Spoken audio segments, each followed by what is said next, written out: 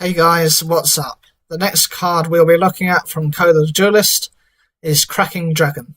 It is a Dark Machine level 8 with 3000 attack and 0 defense. Its card effect reads, cannot be destroyed by battle with a monster with equal or lower level. When your opponent normal or special summons exactly one monster and no other monsters are summoned while this monster is on the field, you can make that monster lose attack equal to its level times 200 until the end of this turn. And if you do, inflict damage to your opponent equal to the attack lost by this effect.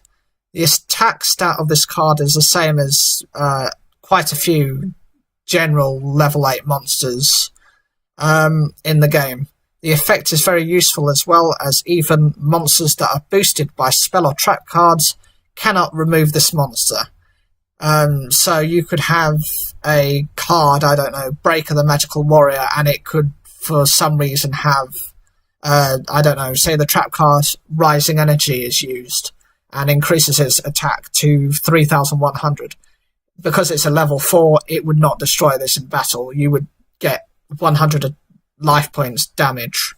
So you're able to reduce your opponent's monster's attack stats, which mean they are less likely to get over other monsters you control. So this monster can help to protect your other weaker monsters, and the attack reduction gets turned into damage to your opponent.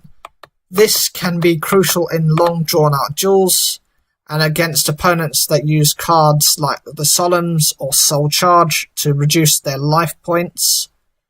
The final benefit of this card is it does not restrict to whether the card is normal or special summoned, as many cards force only one or the other, either normal or special summoning.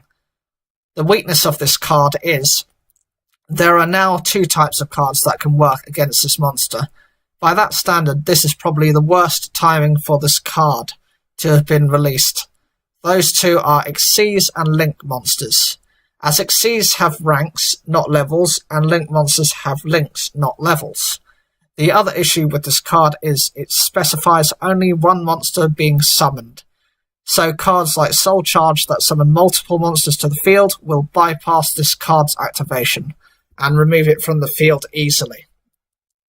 Related to this point is that even if a monster is summoned to the opponent's field, they can still Xyz or Link with it to deal with this card. Overall, this card has its uses, and it's not restricted to the way it can be summoned. It would be a good investment for you to collect, and I feel that it can have a price spike of about £25 to £30, as it is a super rare. It's generally, I think it's a very good card to pick up. I certainly will be picking this card up, and I think I will be making a deck, hopefully that I can show on this channel. When I can get Yu-Gi-Oh! Pro, when they bring out the link format for this card, when they come up with the updates. So what do you guys think of this card? Do you think it has a place on the competitive scene? Do you think it's generally a good card? For a machine, I think it's a very good card. You don't really see that many machine type cards with those kind of stats and that kind of effect. So I am actually quite glad that Konami are thinking outside the box. Traditionally, they tend to support Dragon, Warrior and Spellcasters. Those tend to be the 3 main types of monsters that are supported.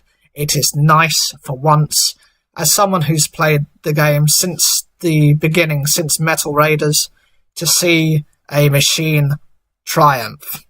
So, as always, I look forward to reading your comments. Please leave a like on the video. Please subscribe. And as always, thank you for taking the time to watch the video.